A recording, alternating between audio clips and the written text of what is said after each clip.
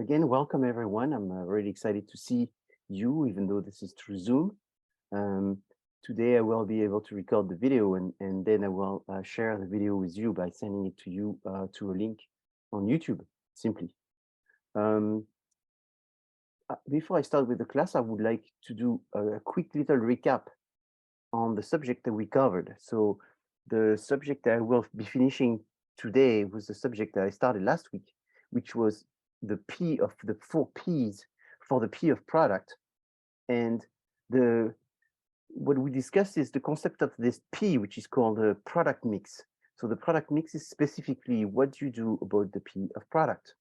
There are first the understanding that the product is a generic term for multiple types of products, such as goods, ideas, and services. The service, we've characterized the different elements of the service. We looked at the product levels, being the core, the actual, and the augmented.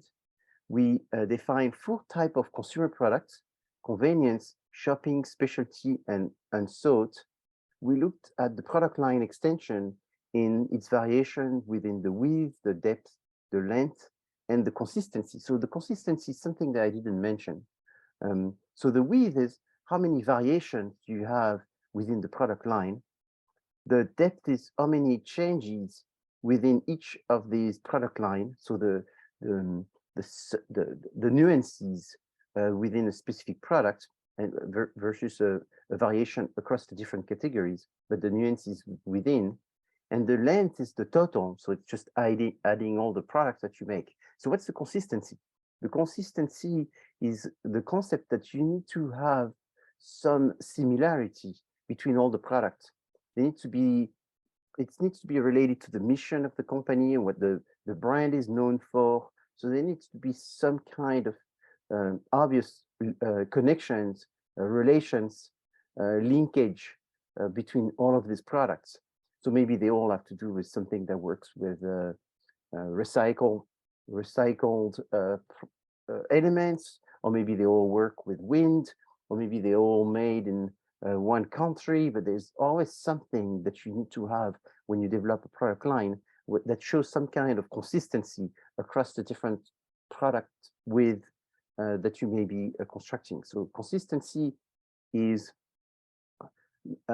something that you don't always see, but it's something that you should try to have. And the consistency is different for different brands. So you have to define what is in your philosophy of the company, what needs to be the element that needs to be consistent.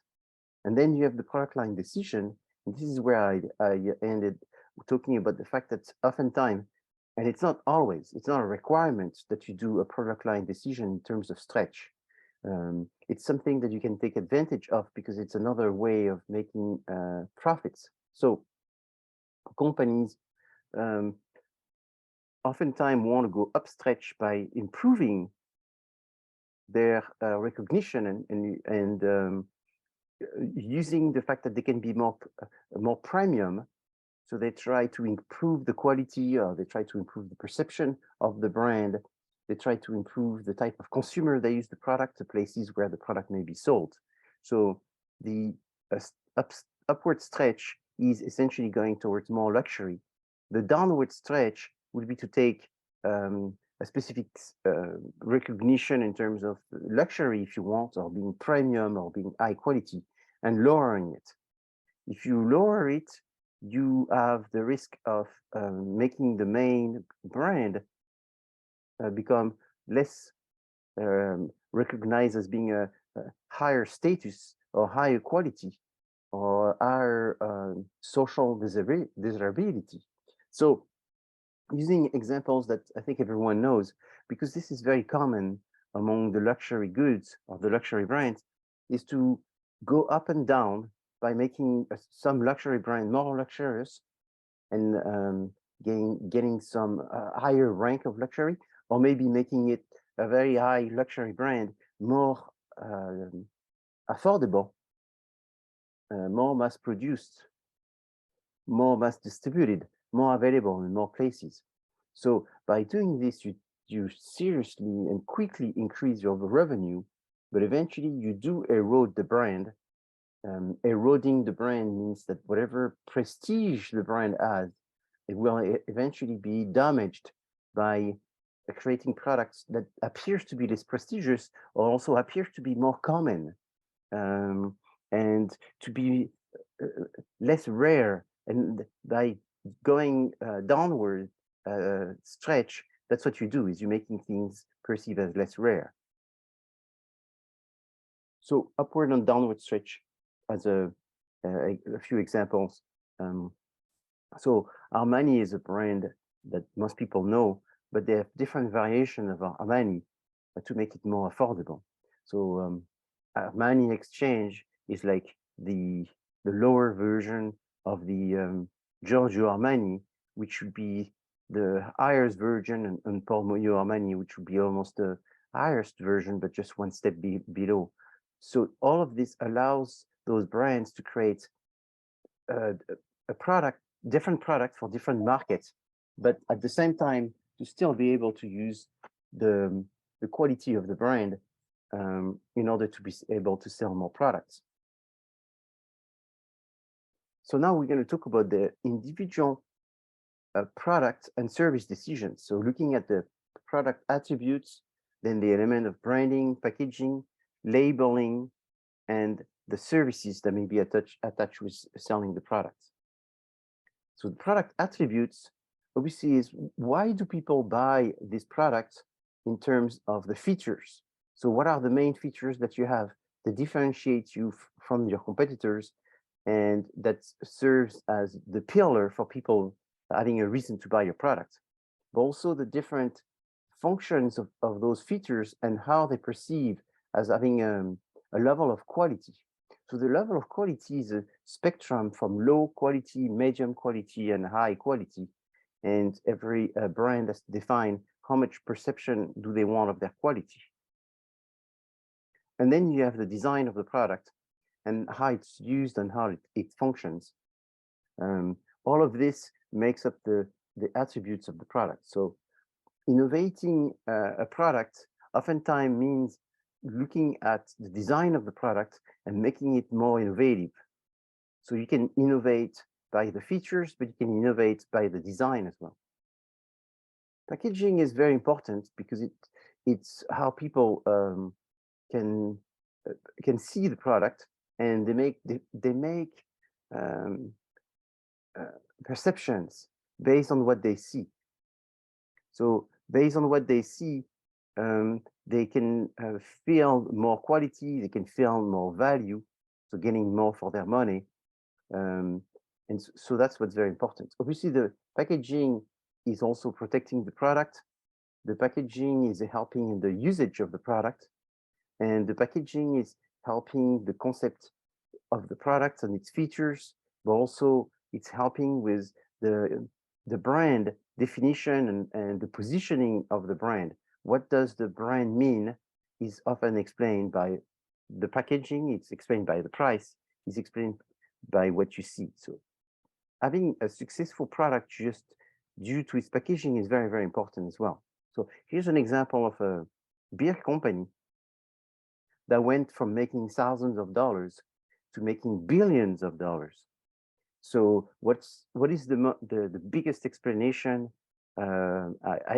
Obviously the biggest explanation is that they went after an opportunity which was called the handmade artisanal craft movement, where people wanted to buy products that are more limited, that are more for people that know. And so the craft beer movement started really small, like every movement, and eventually became much bigger. But Ballast Point was a brand that seized this opportunity of the craft beer movement with a new type of packaging.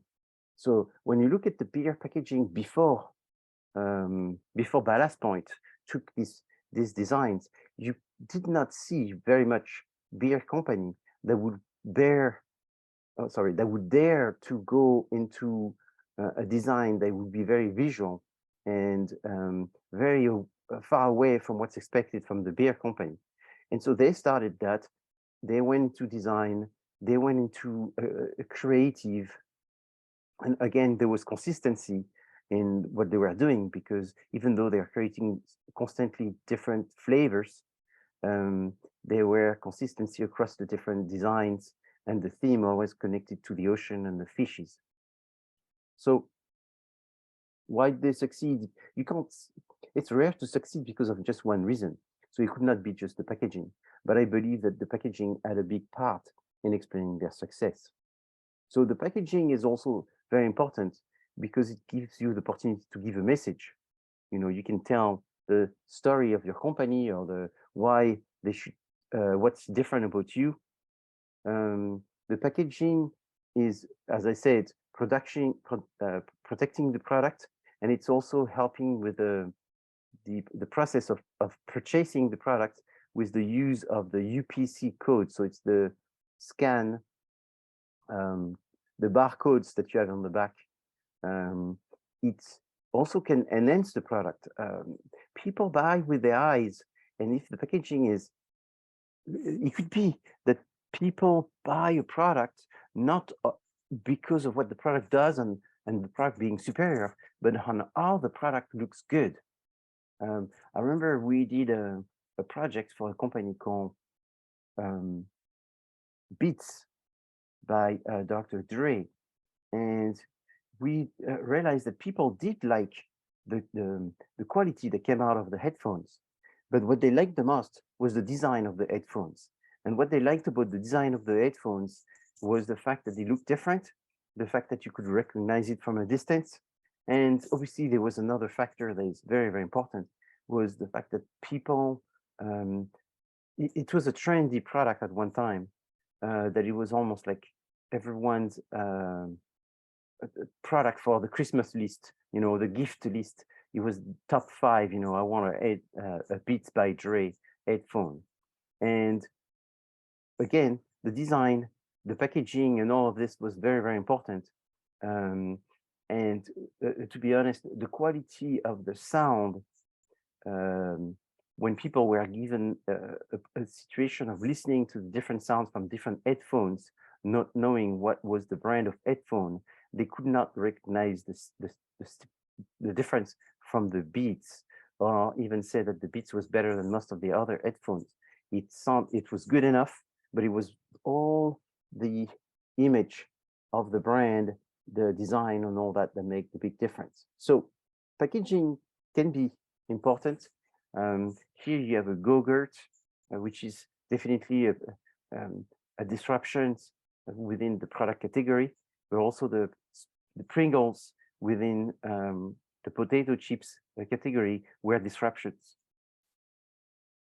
So labeling allows you to differentiate yourself from your competitor, gives more information about the product, but also promote the product because it's part of visual aspects, and people again buy things that looks better. If it looks better, it must be better. So the look is very, very important because it's a subjective element, but which has high value and eventually may get people to be more motivated to buy a specific product. Here's a very simple, maybe not too exciting product, but yet very successful because everything is clear on it. You, when you develop a label, you have to think about the order in which you want people to read things. Usually, the first thing that you want people to see is the logo. The second thing is the brand, or it could be the brand and then the logo, but that's what you would want to see. Then the type of product that it is. What is it? Is it soup? And then it's tomato soup. So if your brand is not very famous, it is possible that your logo will be smaller and your brand will be big, small too, versus tomato soup will be very big.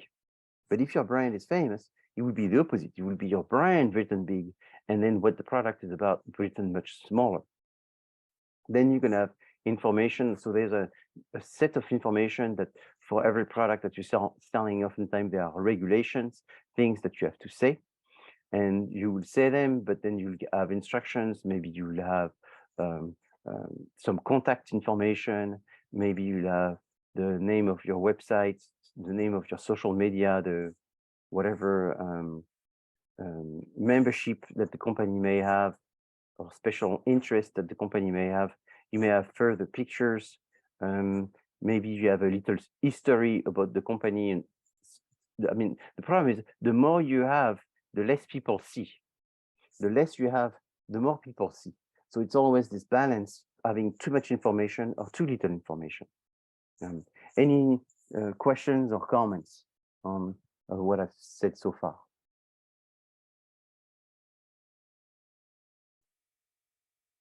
Okay, so if you have any questions or comments, please do not hesitate to interrupt me. That way I can address them.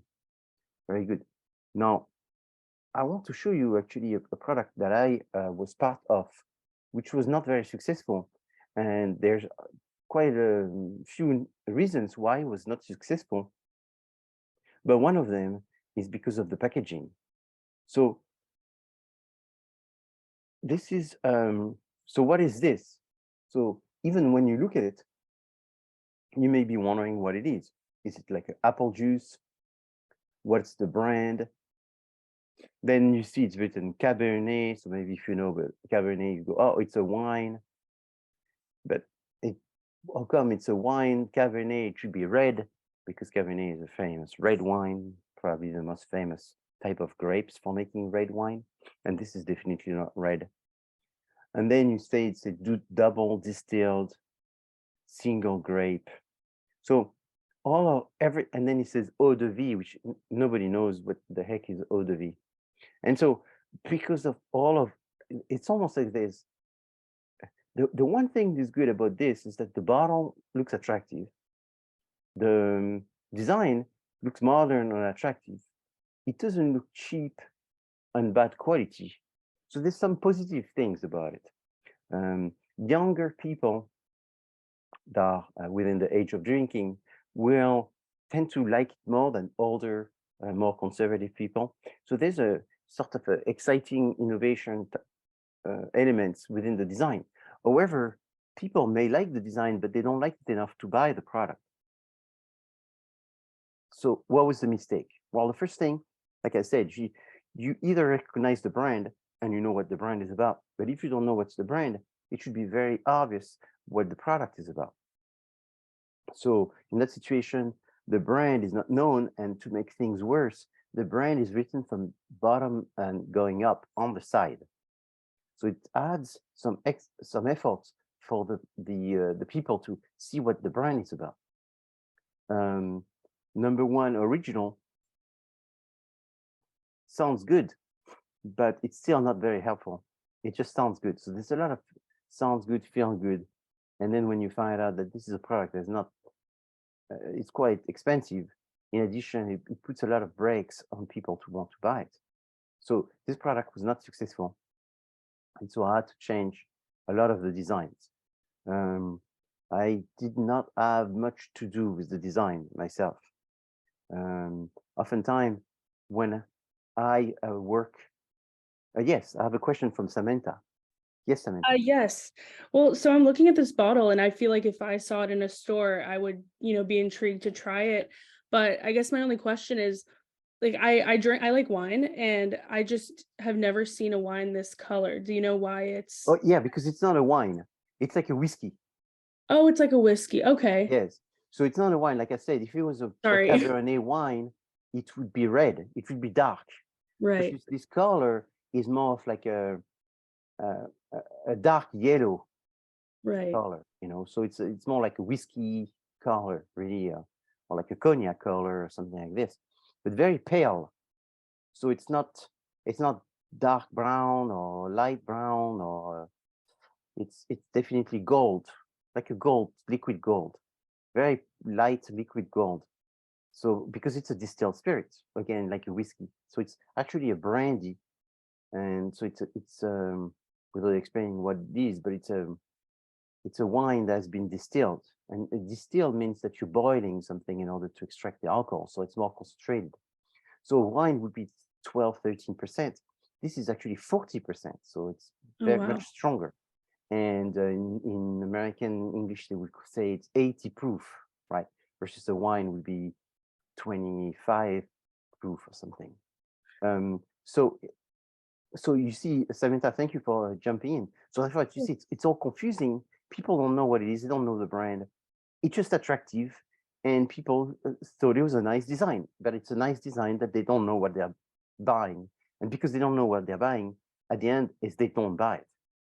So I was working on this project with multiple people, multiple investors, and I had a big part in this project. And when it came to creating the packaging, I played in the back row. And I played in the back row, and you won't believe this, is because sometimes it doesn't play in your advantage to be a professor. Because I'm a professor, sometimes people think I can't be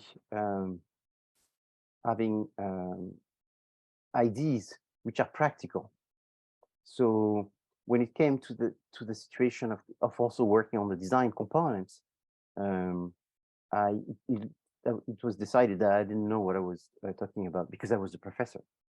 And so I just let the other people do it. And eventually that's what they came up with. So it was a successful, very hard to sell. Sadly enough, this product won quite a number of best prizes for best distilled spirit. It actually entered a competition and by mistake was put inside the whiskey selection and won one of the best whiskey and all that, which is not at all a whiskey and all that, but it really is a fantastic product. So eventually this relationship, this business relationship didn't work for all the reasons that you can imagine. So I decided to take over and I regain 100% of this business. And I actually partnered with someone that was very good afterwards. And this person was very happy to let me work on the design of the packaging. So then I designed the packaging in a very different bottle and a very different way with more information. And it was, again, the question here is how do you design the label? Is you don't design the label for you, the designer. You don't design the label for the owner of the business, even though you design the label oftentimes for the owner of the business. I've also worked with other businesses where I worked in the design, very closely in the design of the business. They didn't care that I was a professor. It didn't seem to bother them. And so in that group, they let me work in the design. And oftentimes we had to, obviously I teach research and I teach all the things. We had to look at the consumer. Who are the consumers? So the label should be great in the eye of the consumer. If the consumer is a woman should love the label. And if a man doesn't like the label, it doesn't matter because this person is not the consumer. So again, it should be in those eyes. But I've noticed that oftentimes when I worked for whatever company, you also have to please the eyes of the owner. If the owner of the business doesn't like the label, but it's very, very certain that the consumer likes the label, it doesn't work good enough. So oftentimes you have to find a compromise between what the owner of the business and what the consumer wants. And this compromise, I think, should go towards the consumer, but sometimes the personality of the owner is so big that it's very difficult to explain that to the owner and all that. So anyway, so this was design of this bottle was very much designed for the target, for the end consumer.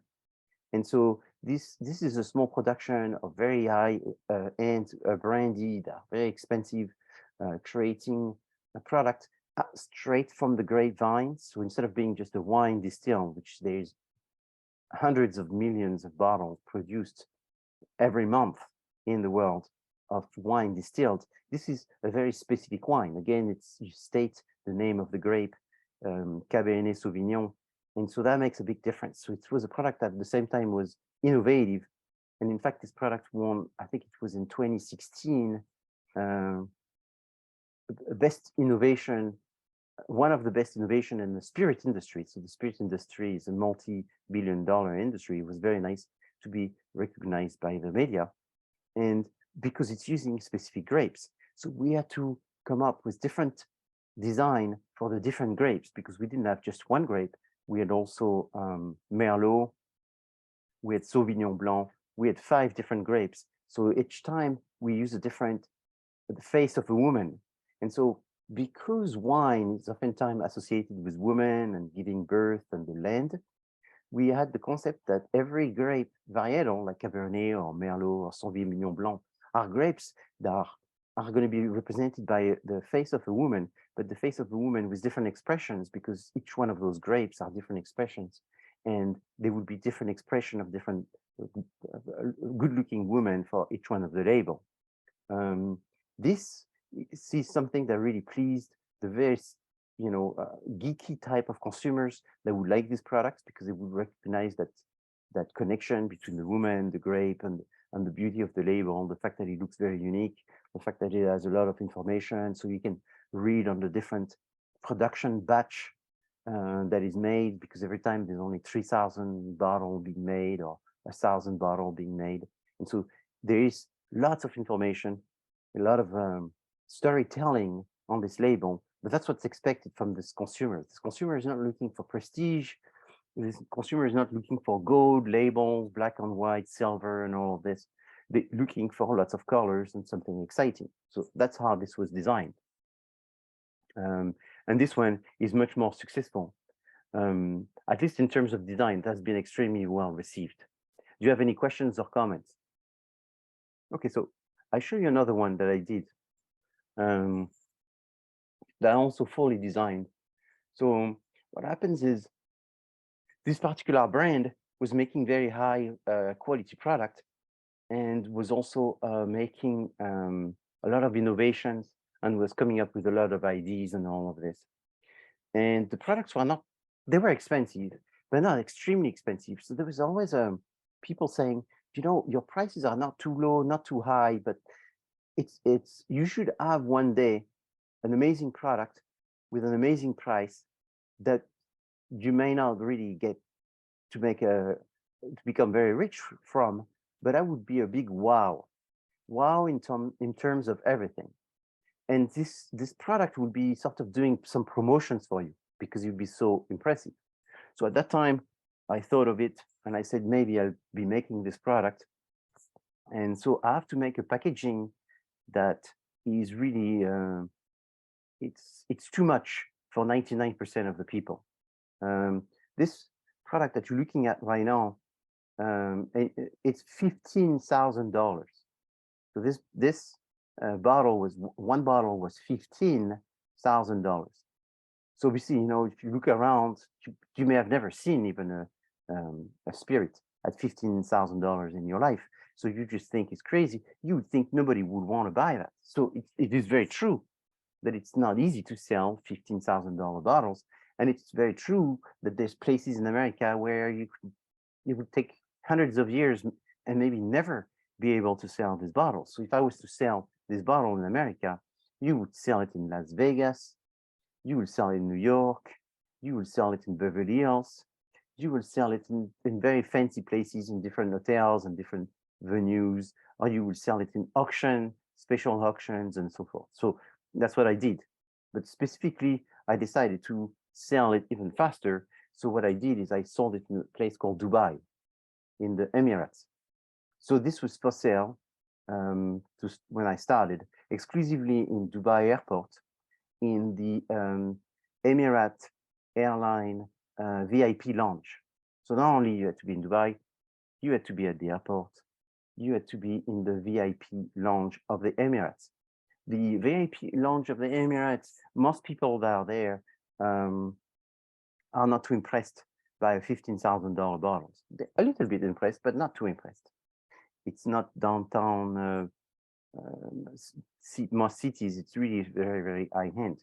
So I decided to sell it there because there I would find someone that would be interested, someone that would be flying between their vacation house on the island and their yacht or whatever. And they would definitely want to have something like that nobody has and put it inside their yacht. When they land with the helicopter, they can show their friends that they have something special. So again, the bottle here is, this bottle is not just any bottle, it's a Lalique bottle. So I don't know if you've ever heard of Lalique. Lalique is the most expensive glass maker in the world of anything made with glass. most of their bottles cost $3,000, just an empty bottle. So that's a Lalique bottle. It's a Lalique bottle that was made in very, very limited edition. In fact, they only made 60 of these. So that was very rare. And it's a long story to tell you how I was able to get one. But anyway, I just got one and a few of these. Then what I did, because it's not enough to have a pretty packaging, obviously you need to be able to explain people. People are not stupid. If you sell the same product that you sell at $40 in a fancy packaging, it doesn't make anything different. So a long story short, what I did is I was able to get one of the most expensive wood barrel in the world, which is very famous among extremely wealthy people, because there was a liquid inside that's very famous that sells for millions of dollars and all that. And so I was able to get that barrel. And what I did is I aged some of my Monterey brandy inside this barrel, so that way I could talk about the barrel and the quality of the barrel and the fact that I was the only one that had this barrel in the world and able to sell this brandy that was aged in this and all that. So this was another product I won Best Innovation of the Year, the Monterey Ippon. So this barrel actually came from Japan, and I was able to use the theme of Japan, and then I put it inside a cigar box. And I had 2 cigars made specifically for the Monterey brand, and the 2 cigars were inside, and there was a judo belt holding the bottle inside. And there was the whole packaging. So with this whole packaging, the company got a lot of press and media people that would talk about it. You know, the first of this, the first of that, the $15,000 special cigar and this and that. That's how you get a lot of people to talk about you, because the media won't talk about you unless you have something really significant to talk about. And if this was, you know, it's big, make it big. And so everything about this was very big and superlative. And so that's why the media thought to talk about it for free. I didn't pay 1 cent of media, and I got more media than if I spent $50,000. So it was not so much just the money I was making. I was making a good money from selling this bottle, just one bottle, but that was not the benefit. The benefit was the free advertising that I got from the exposure that I got from different media. And also it was good because I was able to sell it in a very fancy area, and I was able to show that the brand is well received as a super hyper luxury, if you want to. Again, so you're saying that you went into a special barrel and all this, so it's not just the packaging. Well, to tell you the truth is, if you were to taste the product before it went in this barrel, and if you were to taste it after it went in this barrel, it was different. Was different to the point that one could justify that it was, I don't know, 500 times more expensive, or I don't know, hundreds of times more expensive. I think it's very hard to justify that it was hundreds of times more expensive, because if you taste it before and if you taste it after, it was a little bit better, or maybe I don't even know if you could say it was better. It was different. Was it hundreds of times? No, but it was hundreds of times more expensive. So definitely the main reason, and people could not even taste this before they were buying it. The main reason was the rarity, was also the packaging, was the fact that it was full of superlatives. So caring for the packaging and how things looks is very, very important. The brand is also very important. And so any comments on this? Yeah, I have a comment and a Yes. question. My Yes. comment is that $15,000, that's unreal. But my question is, if no one's tried this $15,000 bottle before, or someone, let's say like a celebrity or someone who, like a big company that creates this kind of like expensive liquor, if they haven't, vouched for it, then how do you make sure that, like, how do you market for it without having? Thank you. Of course. Who was that? Who was speaking? I'm sorry, I can't. Samantha. Okay, Samantha. So that's a very good question. Now, what's interesting, Samantha, is I'm going to try to answer your question. If I had sold this bottle for $3,000, I believe I would have struggled more selling it $3,000 than $15,000. In fact, $15,000 was not a problem. To be honest, I probably should have sold $20,000. So the issue is if I sold this $500, a lot of people would say, oh, $100, I gotta test it. But when you tell them it's $15,000, nobody even asks you to test it. Because it makes it like more exclusive. Yeah, they just don't even dare. Saying, how Wow. much is it? $15,000? Can I taste? I mean, this person that tell you that, they're never gonna buy it. Wow. So if you tell them it's $100,000, they won't even think about it. They're gonna go, wow, they're gonna feel bad. But the ones that are really wealthy, they just buy it because what they want is they don't want to see anyone with the same thing that they have. Right. So if it's $100,000, they won't see anyone that has the same thing. And that's the benefit. That's what they're looking for. No one has it. Perfect. That's crazy. $3,000, I would have struggled to sell this. $15,000, I didn't struggle at all. Boom. How quickly did you sell all 60 bottles? Well, I didn't sell 60 because I kept some. Right. Because, I want to do it again for much more. Wow. And so I sold the first one that I sold it in a few minutes. Oh my God. Few minutes. But the mistake I made before that is I was selling it for less and I couldn't sell it. So then I just stopped. And then I realized that this is a different ball game. And the minute I said $15,000 without moving my eyebrows, people said, oh, okay, great, I get one. Right, like this. That's amazing. But if I took, and it was very strange. And also what happens, and this is a little side thing, is I had it in my price book. So the other product are like $40, $50, So it was like 40, 42, 46, 48, 49, 43, 42, 47, 54. And I had people look at that sometime and say, oh, I would take a bottle, but so we go back to this one, to the one on the right, and they would say, I'd take one of these, but 43, it's a little bit expensive. And then I have this one now, 15. And since I've had this one inside, people go down, and when they see the 15, you see their eyes go, and they don't say nothing and say, oh, what is this one? Oh, that one is EPON, it's only special order and all this. And they don't say that the $43 is expensive anymore. Right. That makes sense. Yeah. And so what happens is, I heard those things. I read those things. I've saw these things in documentaries.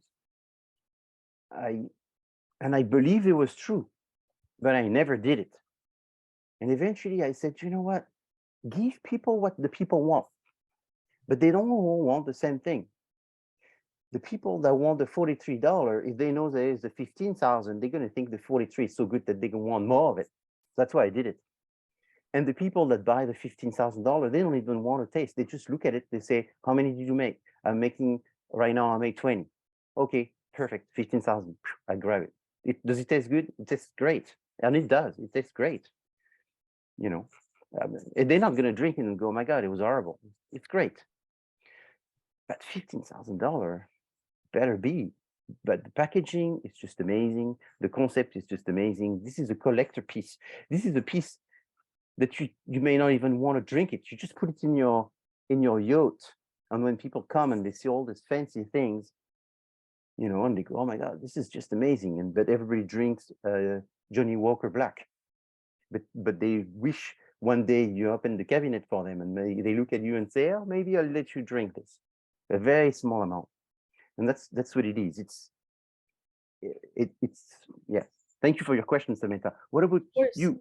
Oh, Owen, what's your question? I just wanted to know what are in those little vials on the lid. The little vials, yeah. So this, what happens is, because I believe there may be people that are collectors for this. And so what happens is they don't want to open the main bottle.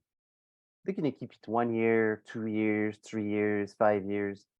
And then, they made a good investment. They made $20 million overnight. And then they're so excited. They go, you know what? I'm not going to crack open the bottle. Thanks God, those people were smart.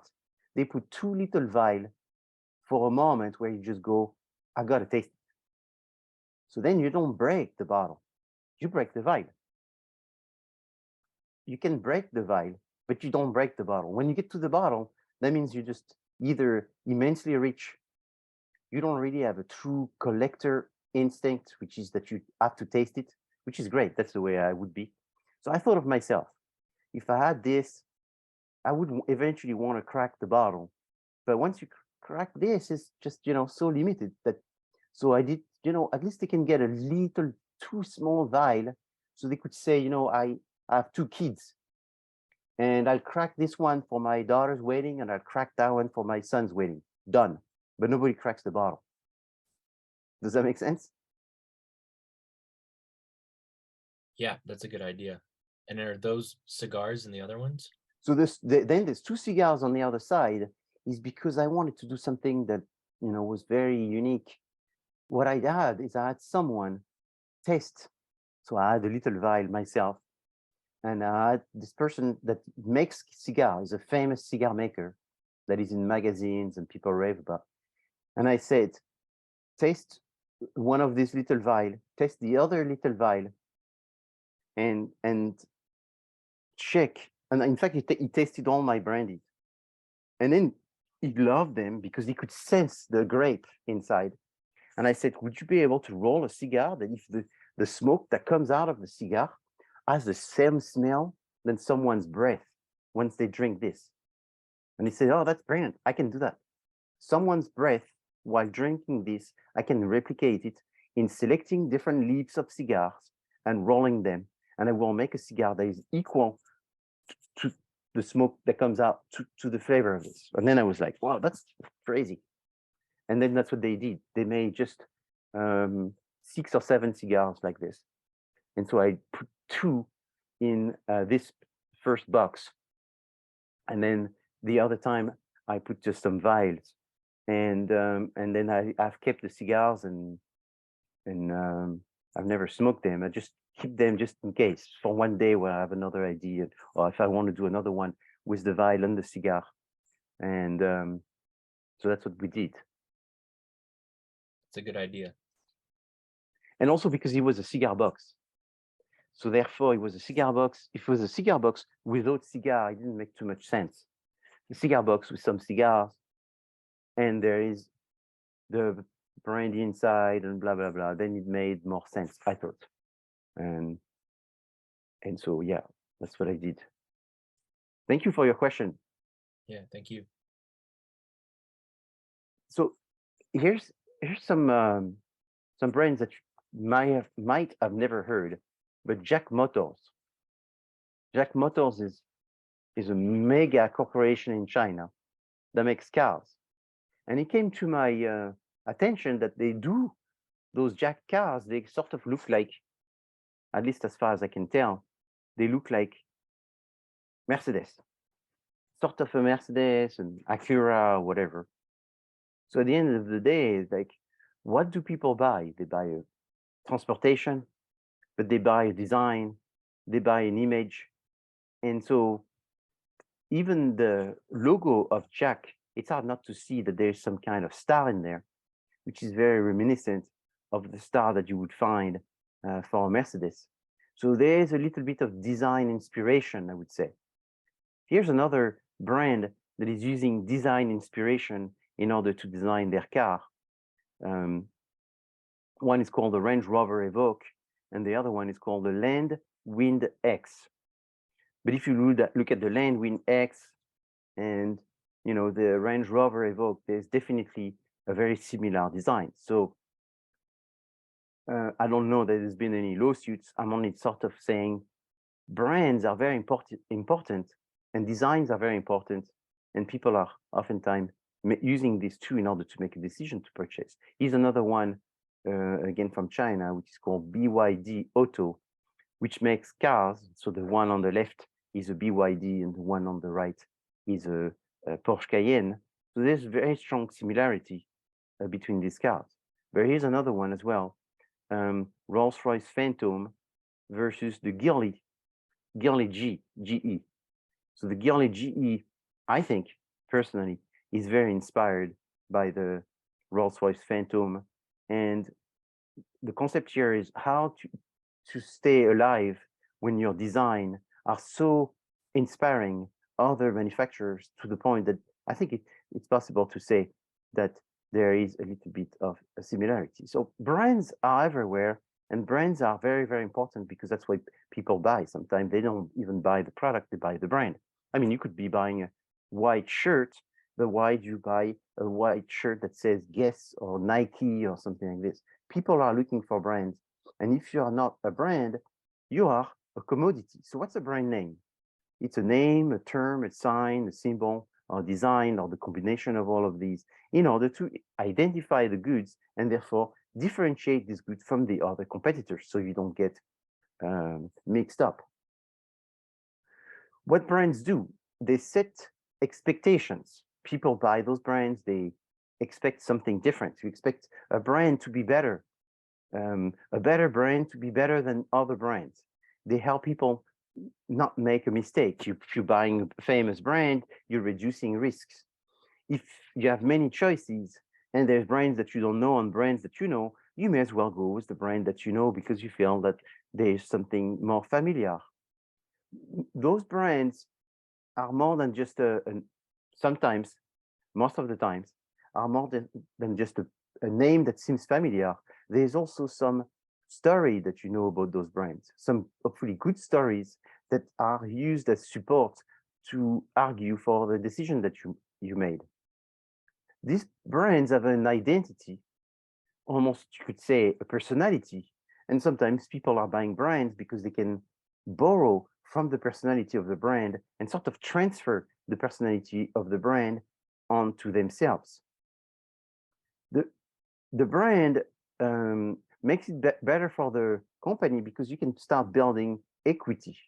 Eventually, your brand that you're selling is gaining some traction and is getting some equity.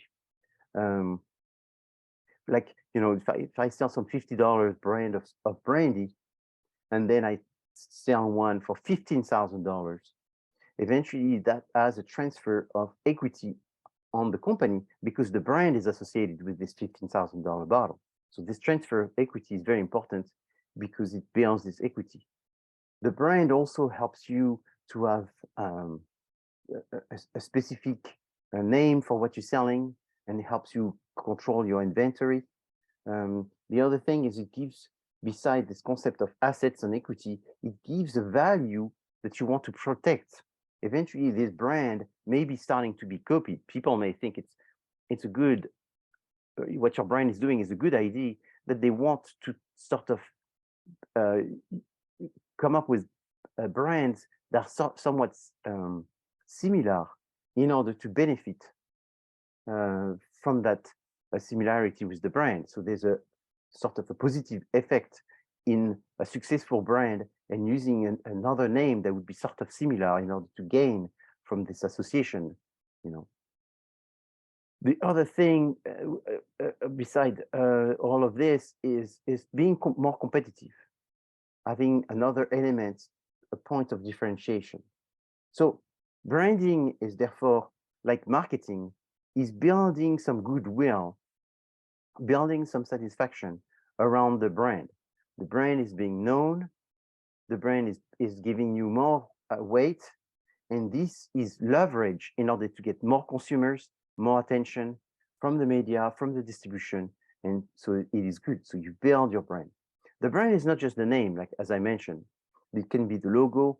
The brand can be seen not just on the product, but it can be seen on many things. It can be on a banner, it can be on a promotional good. It can be on the clothing of your staff. So when you do branding, you think in terms of the contact. How often people are likely to see the brand? So, for example, in my situation, I have shirts, t-shirts, you know, and I have hats, because I have multiple brands, multiple companies, and therefore multiple brands within these companies. Sometimes I feel guilty if I put a hat that says some other brand, or I say Nike or whatever. So little by little, I've sort of got rid of all the shirts and t-shirts that would have a brand on it, because I have my own brand. So if I wear shirts, I better wear the one with my brand. So that's what I've been doing, and it makes a lot of sense, because even though I go to the gym, for example, and I have a shirt that says nothing, or I have a shirt that says, you know, love Los Angeles, I may as well have a shirt that has my brand name on it. Does it sell? Maybe not, but people see it. People may be curious, and people may be checking it on Google, or what is this brand, that you never know. So this, it's every day, every effort that is about building this brand relation and brand contact that you have to think about. So every brand has a connotation, a meaning, and this meaning becomes your positioning. And so we talked about positioning before, and positioning is something that some of you have tried to work on inside your report, where you talked about the different attributes. So when you talk about a consumer has characteristics. The consumer characteristics are the elements that shape the consumers, such as their age, their gender, their social class, where do they live, how old they are, and all of these different things. That's called the characteristics of the consumers. When you talk about a brand, you talk about the attributes of the brand in terms for branding. So these attributes are eventually shaping your positioning. These attributes are just could be adjective or statements, such as Volvo is safety, BMW driving, Mercedes engineering. These, it's better if there's one word. It's better, but it's difficult to be competitive with one word only. So, for example, my cognac company, before the positioning was crafted. The problem with crafted is everybody, that was 10 years ago, a little bit more than 10 years ago, it was crafted. And then the craft movement came, and a lot of brands started talking about the fact on how they craft, and everybody was suddenly crafted. So even though it was a very good idea 15 years ago, 14 years ago, when I started calling it crafted as a single word, it became less and less differentiating, because that word became more common. And the fact that it became more common made the company constantly try to emphasize the fact that we're crafted, less relevant to the targets. So we had to change crafted. And so now the term that we have been using for my brand is pioneer. And you know, it's a big exercise to look for a word that summarizes what your brand is about. It seems very easy, but in fact, in marketing, oftentimes it's the most difficult thing, because before you end up with that word and you know what is that word, remember what you need to do is to understand who's your consumers. And who's your consumers is a very difficult thing. Looking in your situation, that's what you're doing this semester, is you're trying to define who's the consumer for Open Garden, and then what they're going to want the most, which is this one word that summarizes everything about Open Garden, and then trying to find some kind of modification, change, directions for the company in order to take advantage of these opportunities for that target and all that. So that's what you're trying to do. That's what I do all the time. When we did CSUN, and then we came up with the concept of shine. So it's not Volvo safety, but it's CSUN and it's shine. Eventually, this was the slogan and logo and positioning for CSUN for about 7 or 8 years. And then they asked a very famous consulting company, and they spent hundreds of thousands of dollars to find a new one. And then they came up with CSUN Rise. And as of today, that's the one that we start using. It's CSUN Rise. But CSUN Shine, CSUN Rise, you know, it's hard to see. I have a hard time seeing extremely different advantage. But anyhow, that's what you do is you look for the brand and the brand meaning, and you sort of boil down. I feel like saying you distill down to the very, very, very like the essential oil, that one drop, you know, like when you squeezed everything and there's one drop that comes, the denominator, the common denominator as one word for what you're trying to do. It's very, very difficult. And so it will come to you more precisely towards the end of the project when you've covered everything and you have a better understanding of who are the targets and what do they do. Then you come up with that one word. Most brands have more than one connotation. You know, it's more like an onion where you have multiple connotation, and you have the core connotation, you know, the second and third and fourth layer connotation. So there's many different connotations. So it's very important to see that there's many things that you can work around the brand in terms of where it's made, in terms of who's buying it, in terms of the company history, in terms of the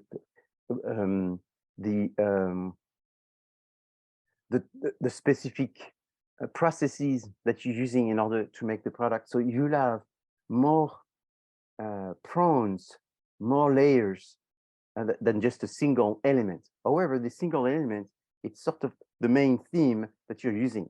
So how do you choose a brand? Well, from the meaning, maybe. Maybe there's no specific meaning.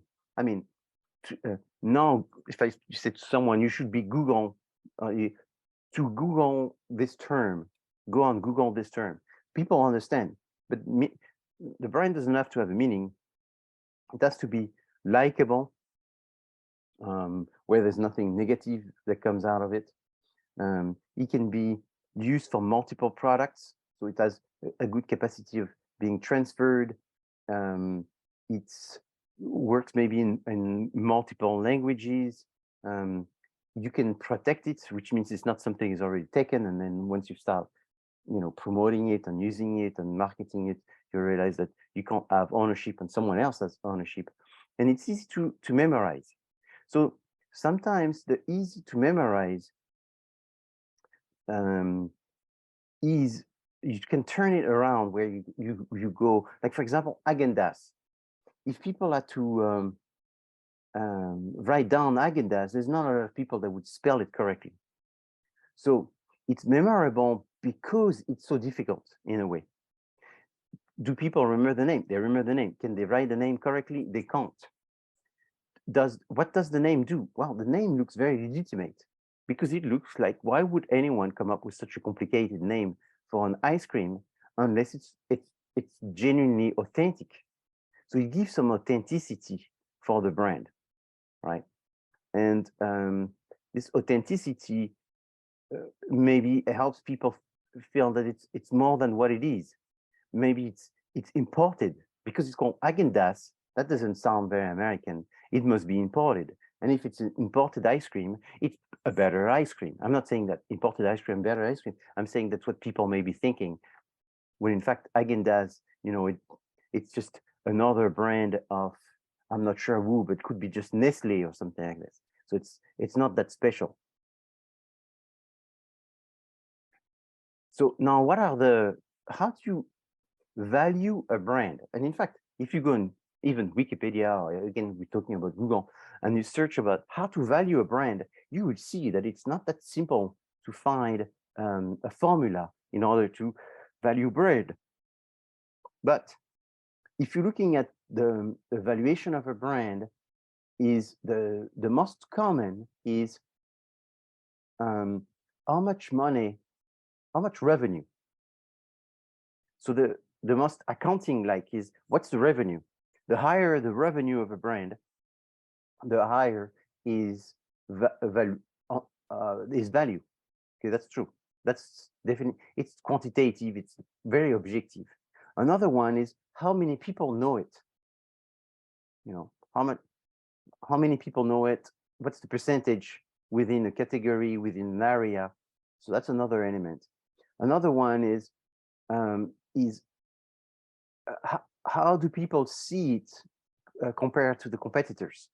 Is it, you know, better than this, less good as that, more special than this? So there's a little bit of comparative value. So that's a third. And then there's another one, which is not written here, and it's not written in a lot of places, is also the value of what it would take to create that brand.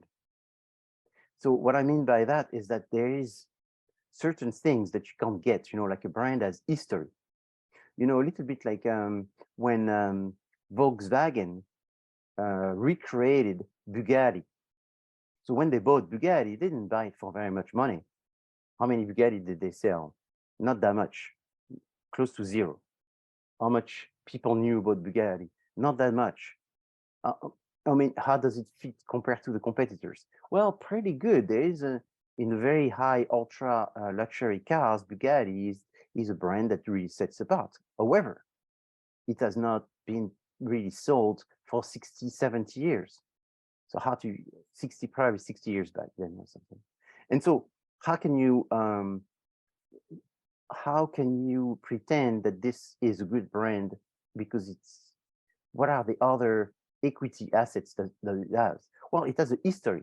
It has a long history, and it's a history with a storytelling and the quality of narrative that not too many brands have. It'd be very hard to replicate the story of that brand in the 1910 and 1920s and 1930s and 40s, but not so much, and the early 50s. Very hard to replicate this history, and that history gives a lot of value of authenticity and even nostalgia. How can you sell something? Give it nostalgia. If there's nostalgia, people think it's vintage, people think it's better, people think it's, you know, reliving in the time, and it's something that is sort of as a foreverness. It's forever. So that's very, very important. And when you talk about brands, that is critical. When you look at companies, famous companies such as Kraft, Kellogg's, General Mills, Unilever, Mars, Procter & Gamble, Nestle, and so forth, and PepsiCo, you see that they have maybe a product that is called Kraft, or a product that is called Mars, you know, a product that is called Nestle. You know, it is very possible, but what they have is there are many different brands that they are cultivating. And essentially, sometimes they are just the same. It's multiple brands for the same, making essentially the same product, or the formula is 99% the same. So why do you develop brands? In fact, that's a question for you. Why do you develop brands like that? Many brands. Why would you do that? Because then you can like crowdfund with all these other smaller companies to fund the like main brand. So if I understand correctly, is because that way, when you have one brand, you can use the money from that one brand to create a second one, and the second one helps you to create a third and a fourth. So having multiple brands is one way to capture market share. Yeah. Yeah. So multiple brands help you capture more market share. That's true. But also multiple brands helps you satisfy different customers, because not all the customers want the same thing. So you could say, oh, you know, this laundry detergent is very good for white. This laundry detergent is very good for doing multiple wash and keeping the colors. This laundry detergent is very good when you have a lot of stain. This laundry detergent is very good if you have kids, right? So you just sort of multiply the attributes of the brand based on the characteristics of the customers. So the more customers, the more different type of targets, the more you could have brands. So if you say for the laundry detergent, there is 25 targets and there's 20 that are very profitable, let's make 20 products. That way we are covering this category and therefore we get market share. But most of what we do is we become the satisfier, the biggest satisfier of this category, because we're making an exact product for an exact customer. Does the product has to be different? I don't know. If it has to be different, we'll make it different. If it doesn't have to be different, we'll just change the brand. We don't need to do more than change the brand, because at the end of the day, it's people perceptions. And how good are people perceptions? Not so good. So we'll see if they need a just noticeable difference beyond the brand, also from the product features, and that these are visible different product features, we'll make them. But if the people are not needing that much, we're not going to make it complicated on ourselves. We keep the product the same, just change the color on the brands, just change the advertising, just change the location in the store, and that way we can sell more of the product and dominate one product category. So that's what's very important, is always go back. And that's the thing that since the first class is like, who's the boss? The customer. Who's the center of the micro environment? The customer. What is your number one gold mine for doing the SWOT analysis? The opportunity, and inside the opportunity, the customer. Yes. When you develop a product, should you do it for the boss or the customer? The customer. So it's always the customer. So really, at the end of the day, people say, how can you make a business successful? Is by being pro-customer. Whatever the customer wants is what you're going to be making. Be pro-customer. Most businesses are not pro-customers. They're pro-survival. They just think business is about surviving and just taking care of things as they happen. But they don't have much strategy and understanding and research to know exactly who they're serving. And that's why you see Open Garden, what did they do? Is they made an app, and now they're coming and saying, who's the customer? When in fact, they should have said, who's the customer? Let's make an app for that customer. But you see, I told you that this is what happens all the time. And here's the client is the same, is they made the app and then they worry who's the customer.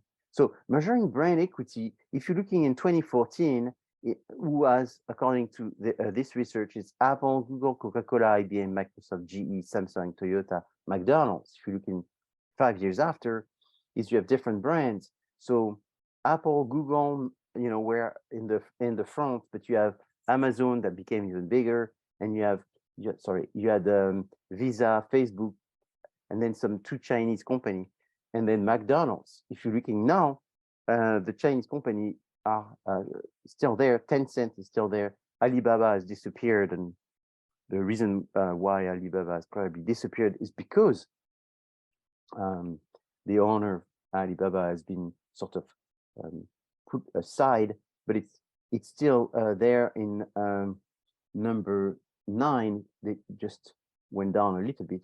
But then you have a new entrant, which is Louis Vuitton, the luxury company. I looked at Forbes to see if there was, because the one before were from Brand Z, from Kendar, a research company, but this one is from Forbes magazine.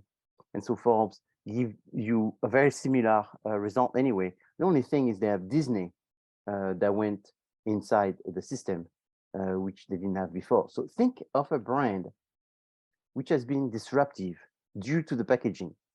You could be selling candy, but then you could sell Pears candy. So suddenly it's not candy anymore. It's more than candy. It's not chips anymore. It's more than chips. It's not soda anymore. It's more than soda. So the packaging is extremely important. What about the taste? So, I mentioned about Häagen-Dazs. Their taste is different, and they fight for this difference. But then there's a beer company called Guinness. Their beer has always been different than the rest because of their taste, and their taste is sort of their trademark. The shape, because of your shape, is you keep building your brand on a very specific shape, and you cultivate the shape, and you cultivate the origin of the shape. So, the Apple constantly making some design changes, but at the same time, keeping the essence of the Apple through the designs as well. That being from the computer, or being from the watch, or being from the iPhone, there's always some elements of design that they try to cultivate. Now, what about a service company having a high service and being known? So if you look at all through the credit cards, the best service of the credit cards is oftentimes American Express. and obviously they have higher fees, but also Alaska Airlines is very famous, and McDonald's. I'm not saying the food in itself, but the service, you know, how it's the same, the standardization, the burgers taste the same everywhere, and how quickly they serve you. They sort of dominated and created this category and constantly keep being the master of that category. Now think of a product in terms of the quality.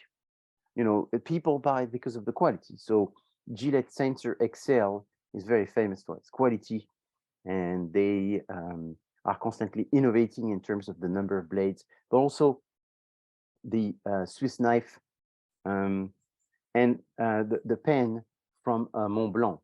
And so these will be very, very high quality products. A brand eventually evolves. So there's no such a thing as a design that stays the same, and even the font of the script evolves with the time.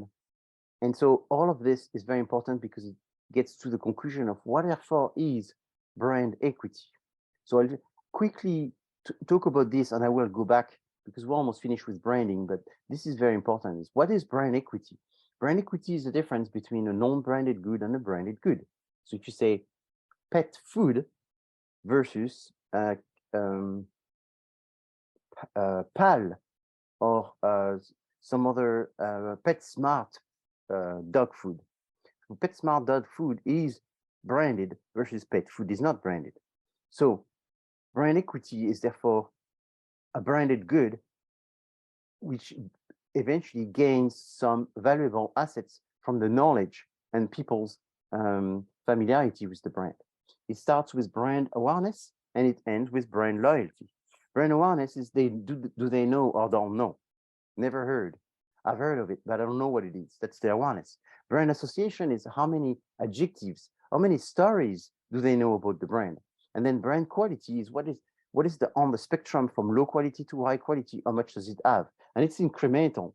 The lower level is brand awareness. When you go to brand equity, it's a higher level. And then the last level, which is the highest level, and the end result and the direction and the goal of a brand when building brand equity is the brand loyalty. Why?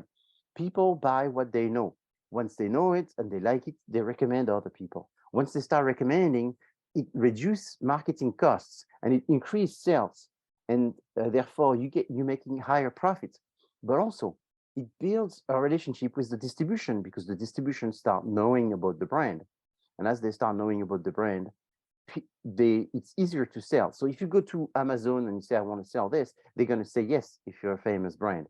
If you go to Walmart, they're going to say yes. If you go to Sears, if you go to Nordstrom's, they're going to say yes. But if you're a brand and nobody knows, you have limited brand equity, you don't have brand loyalty, they're not going to say yes. Also, another thing is when you have brand loyalty, means that you've sold the product before, you can sell it. You can sell the iPhone 1. When you sell the iPhone 2, you're probably going to sell it to the people who had the iPhone 1 and to the new people, and that makes a bigger group. And then the iPhone 3, it's easier to sell because you sell it to the people that still have the iPhone 1, the people that had the iPhone 2. So brand loyalty is also an element that allows you to launch new products. And therefore, it's very competitive to have a successful brand equity. All right, it's 5:16. I will see you next Monday again.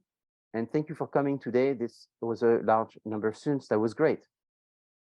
Any questions? Thank you. Thank you, Professor. Thank you. Thank you for coming. Thank you. Thank Excellent. you. Have a good one. Thank you. Have a good evening, everybody. Thank you, Professor. You too. Thank you, Professor. Thank you, Professor. Professor, I had a quick question. Yes.